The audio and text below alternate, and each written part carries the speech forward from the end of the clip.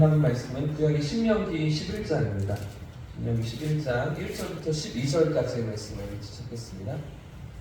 구약 성경 278페이지에 있는 신명기 11장 1절부터 12절까지의 부분인데요. 교독해서 한 절씩 읽겠습니다. 제가 먼저 1절 읽겠습니다. 그런즉 내 하나님 여호와를 사랑하여 그가 주신 생명과 법도와 규례와 명령을 항상 지키라.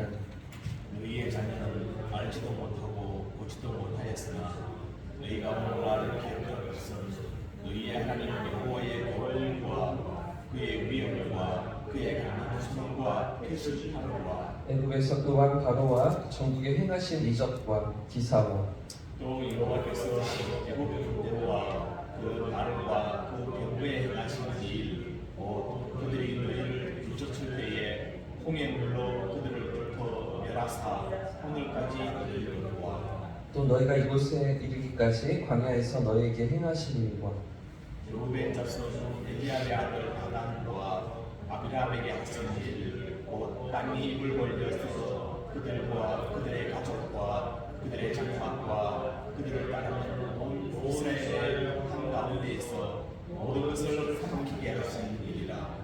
너희가 여호와께서 행하신 이 모든 큰 일을 너희의 눈으로 보았느니라. 그러므로 너희는 내가 오늘 너희에게 명하는 모든 명령을 지키라. 그리하면 너희가 강성할 것이요 너희가 건너가 차지할 땅에 들어가서 그것을 차지할 것이며 또 여호와께서 너희의 조상들에게 맹세하여 그들과 그들의 후손에게 주리라고 하신 땅 곧 젖과 꿀이 흐르는 땅에서 너희의 날이 장구하리라. 내가 들어가 차지하려 하는 땅은 내가 나온 애굽 땅과 같지 아니하니 거기에서는 너희가 거성한 후에 바늘로 물대기를 채소밭에 댄과 같이 하였거니와 너희가 건너가서 차지할 땅은 산과 골짜기가 있어서 하늘에서 내리는 비를 흡수하는 땅이요 내 하나님 여호와께서 돌봐주신 땅이라. 연초부터 연말까지 내 하나님 여호와의 눈이 항상 그 위에 있느니라. 아멘. 할렐루야. 아멘. 오늘도 하나님의 은혜가 우리 삶을 붙들어 주실 줄 믿습니다. 아멘. 우리는 계속해서 모세의 설교를 살피고 있습니다. 이제 가나안 땅을 눈앞에 둔 이스라엘 백성들에게 당부하는 모세의 설교인데요. 세 편의 설교 중에 이제 5장부터 두 번째 설교 우리가 들어가고 있죠. 하나님의 마음이 어떠하신지, 하나님께서 당신의 백성들을 복 주시기 원하시면서 그 땅 가운데 들어가 사는 당신의 백성들이 어떤 모습으로 살아가기를 원하시는지 모세가 하나님의 마음으로 당부하며 전달하는 그런 메시지입니다. 계속 신명기를 같이 통독하고 계신 분들은 느끼시겠지만 그래서 똑같이 반복되는 이야기들이 여러 차례 나옵니다. 계속해서 똑같은 이야기들이 또 반복되고 또 반복되고 또 이어지고 있는데요. 오늘 11장을 읽으셨는데 앞에 10장을 한번 보시겠습니다. 10장 12절과 13절 말씀해 보십시오. 10장 12절과 13절 말씀도 같이 한번 읽어보겠습니다. 12절 13절 시작. 이스라엘아 내 하나님 여호와께서 내게 요구하시는 것이 무엇이냐? 곧 내 하나님 여호와를 경외하여 그의 모든 도를 행하고 그를 사랑하며 마음을 다하고 뜻을 다하여 내 하나님 여호와를 섬기고 내가 오늘 내 행복을 위하여 내게 명하는 여호와의 명령과 규례를 지킬 것이 아니냐. 아멘. 하나님께서 요구하시는 명령이 무엇입니까? 12절에 보면 하나님을 경외하는 것, 그렇죠? 그리고 하나님을 사랑하고 하나님의 크고 두려우심을 인정하며, 그렇죠? 여호와의 명령과 규례를 지키는 것, 이런 것들을 하나님께서 원하신다라고 모세가 강조하고 있는데요. 이런 대목들이 계속해서 반복됩니다. 4장 1절에서도 있었고요. 또 5장에서도 5장 32절과 32절에도 같은 대목이 있습니다. 6장에서도 6장 1절과 2절 쉐마 이스라엘, 들으라 이스라엘 이렇게 하기 전에 6장 1절과 2절에서 같은 대목이 있고요. 6장 24절, 25절에 또 7장에 들어가서도 계속 반복되고 있는 것이죠. 계속 반복되는 말씀이 무엇입니까? 여호와의 계명을 지키라. 그의 규례대로 행하라. 이런 것들을 계속해서 강조하고 또 이야기하고 어쩌면 귀에 딱지가 생길 정도로 계속해서 이야기하고 이 뒤에도 나올까요? 뒤에도 나옵니다. 계속해서 그래서 명령을 계명을 반복한다. 그래서 신명기다라는 말씀드렸잖아요. 계속해서 반복하고 또 반복하고 있는 것이죠. 왜 이렇게 반복하고 있을까요? 40년 동안 광야의 길을 걸었던 출애굽 1세대가 실패했기 때문에, 그 부모 세대가 처참하게 실패했기 때문이죠. 그 경험들을 가지고서 모세는 그 다음 세대가, 새롭게 일어난 다음 세대가 하나님 앞에 믿음으로 서고 그 앞 세대가 넘어졌던 그 자리에서 똑같이 넘어지지 않기를 원하였던 것입니다. 하나님의 은혜를 망각하고 하나님을 불신하고 원망했던, 하나님을 거역했던 그 부모 세대와 달리 그 다음 세대는 믿음으로 살아가고 하나님의 선하심과 인자하심을 마음껏 누리면서 그 땅에서 살아가기를 기대하면서 이 당부의 메시지를, 신명기 말씀을 세 편의 설교를 계속해서 전달하고 있는 것이죠. 그렇기 때문에 약속의 땅을 눈앞에 둔 이 새로운 세대 백성들에게 모세가 당부하며 요구하는 것은 두 가지입니다. 오늘 말씀에도 두 가지가 나타나고 있는데요. 두 가지 명령. 먼저 1절 말씀을 같이 한번 더 읽겠습니다. 11장 1절 말씀 같이 읽습니다. 시작. 그런즉 내 하나님 여호와를 사랑하며 그가 주신 책무와 법도와 규례와 명령을 항상 지키라. 지금 모세가 제시하는 첫 번째 명령이 무엇일까요? 여호와를 사랑하라는 것입니다. 여호와를 사랑하라. 율법을 준수하고 규례와 법도를 지키는 것도 중요하고요. 또 그 뜻대로 살아가는 것도 중요하지만, 그러나 이 모든 명령과 말씀을 지키는 가장 중요한 것은, 가장 그 출발점은 사실은 하나님을 사랑하는 것, 마음과 뜻을 다해서 그 하나님을 사랑하는 그 중심에서부터 출발해야 한다라는 것이죠. 이전 세대가 실패했던 것은 사실은 이 부분이었습니다.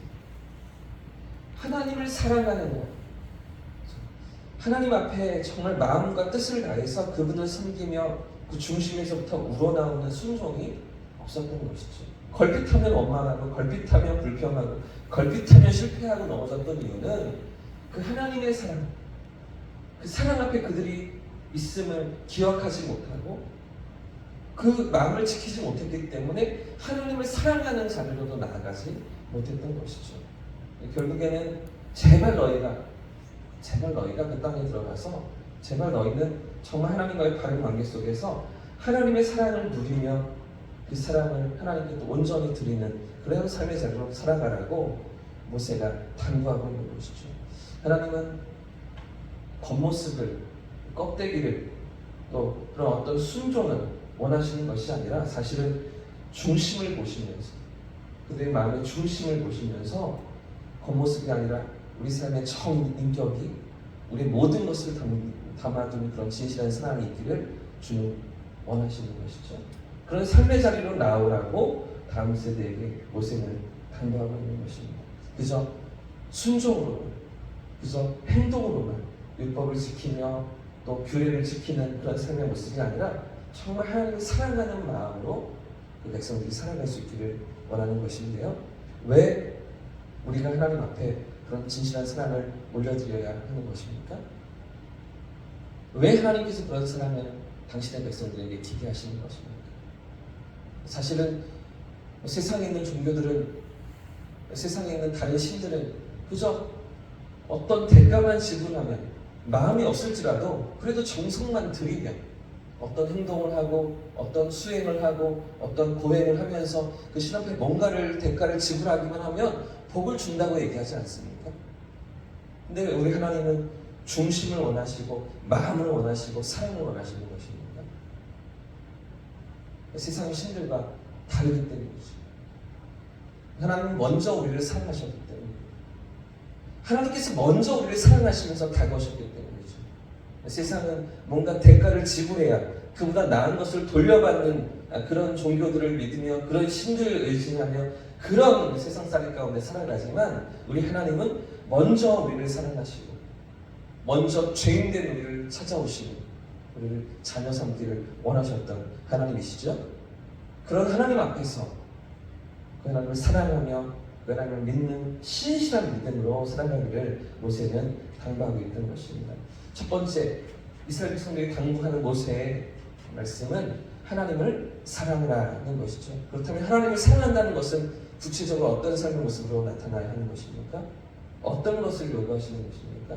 8절 말씀을 같이 한번 읽겠습니다. 8절입니다. 시작. 그러므로 너희는 내가 오늘 너희에게 명하는 모든 명령을 지키라. 그리하면 너희가 강성할 것이요 너희가 건너가 차지할 땅에 들어가서 그것을 차지할 것이며. 하나님을 사랑하는 것이 어떤 삶의 모습으로 나타나야 한다는 것입니까? 말씀을 지키는 것이죠. 말씀에 순종하는 것입니다. 순서가 이렇게 되어 있는 것입니다. 말씀을 지키는 것이 먼저가 아니고 하나님을 사랑하는 것으로 인하여서 말씀을 순종하는 것이죠. 그런 마음으로 순종하고 그런 마음으로 하나님 앞에 나오라고 당부하고 있는 것입니다.